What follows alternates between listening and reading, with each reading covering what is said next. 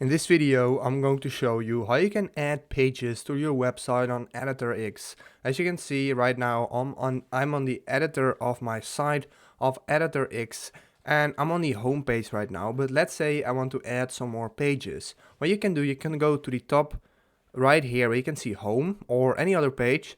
We can hit this and we can go to manage pages. Here we can see all the pages which we can manage through here, pages. And we have a page right here.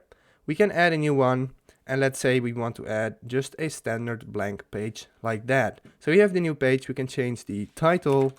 So let's change this to, for example, contact, just like that. And now we can go ahead and add elements to this.